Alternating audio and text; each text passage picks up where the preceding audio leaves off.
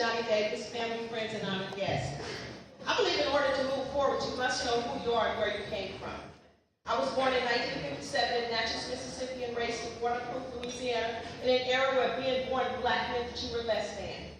Watching my mother work from sun up to sundown in cotton fields, being served from back doors, and accepting that fact that someone else controlled our destinies was my reality. My family migrated to Oakland in the early 1970s, seeking a better life, and this appeared to be the gateway to the promised land. I had always excelled in school, and I was looking forward to my first day, but to my dismay, all they heard and saw was a strong southern accent and a young black girl, and I was immediately stereotyped. Even in high school, I could not escape the myth that people from the South were undereducated and lacked ambition, lack of encouragement and guidance from teachers. I graduated, I drifted from one thing to the next until becoming employed with Pacific Bell. Within a few years, I was married and had a beautiful baby girl. Not in that order, mind, but things were good. That is until I was introduced to drugs. My introduction and use of marijuana, drinking, and cocaine were fleeting, but my introduction to crack cocaine, however, proved to be the beginning of the nightmare. What began as a pastime became an addiction that would rob me of the next 30 years of my life. In the beginning, the drugs were free, and I never saw the depths that people would go through to get them. The more I began to use the drug, the more I became aware of all the negative aspects. Unfortunately for me, I was in full-blown denial. The fact that I was a functioning addict only fueled my delusions about myself. When I used, I felt good mentally. I was no longer less than. But reality has a way of creeping in, and in the light of day, the very thing that built me up began to destroy me. I began to catch a glimpse of what I had become, and it terrified me because there was no way of escape. And so began my descent into an abyss of darkness, depression, despair, and suicidal tendencies. Ironically, it would be the person most hurt by my addiction that would be the pivotal reason for me standing before you today. The first Sunday in June 2007, my daughter was being baptized, and she asked me to be there, and I was. As I sat there exhausted physically and mentally, my mind began to wander. I was broken and desperate for a way out of the madness that had become my life. The pastor gave an invitation to Christ, and he asked us, anyone want to be made whole? And it was as if the weight of the world had been lifted off my shoulder. Everything within me cried out. Tears began to flow, and that very day I gave my life to Christ. That day I accepted Christ into my heart, and he began to strip away all the guilt and shame. He loved me, and the more I accepted his love, the more I began to view myself the way he sees me. I turned my back on my past and embraced toward my future. My first blessing was being my mother's in-home care provider. It opened the door for me to become a union member and a spokesperson. I marched in rallies, did on-air public service announcements, spoke in opposition to budget cuts in our nation's capital, and as a delegate at the National Convention in Puerto Rico, I delivered a speech to a crowd of over 10,000 union members from all over the country.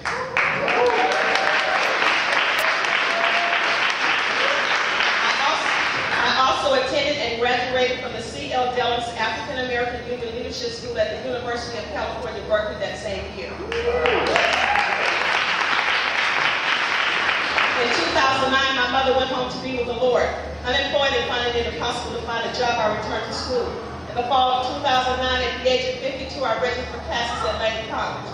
My first day on campus was overwhelming for me. Immediately in my mind, I was back in Louisiana, and I was less than. I was in junior high school and in high school, and I was less than. I was in my addiction and despair, and I was less than. You see, according to my past, I should have been a statistic. I should have ended up on the streets, in jail, or in my grave. According to my addiction, I should have fell in hell. I should have lost my mind, or at the very least remained trapped in an eternal state of depression and darkness. According to those I had done drugs with for over 30 years of my life, I would always be an addict and my life would never change.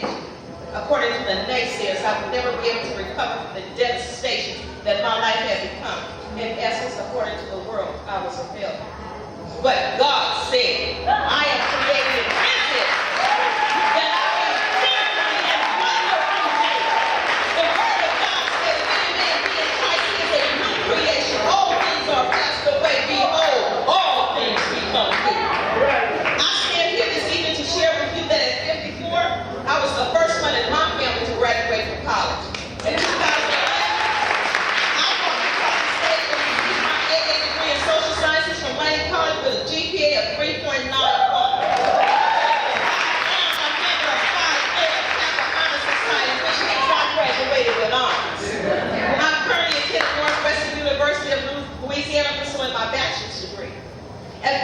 God gave me a vision of God's own creation, and He said it would be an umbrella for many things. The first project, Spirit Drip, is a book of spiritual poetry written by me, which was published in 2010. Wow. The second project is the companion devotional, which will be published next year. The third project is the Licensed Child Care Center, which will be officially open for business within the next 60 days.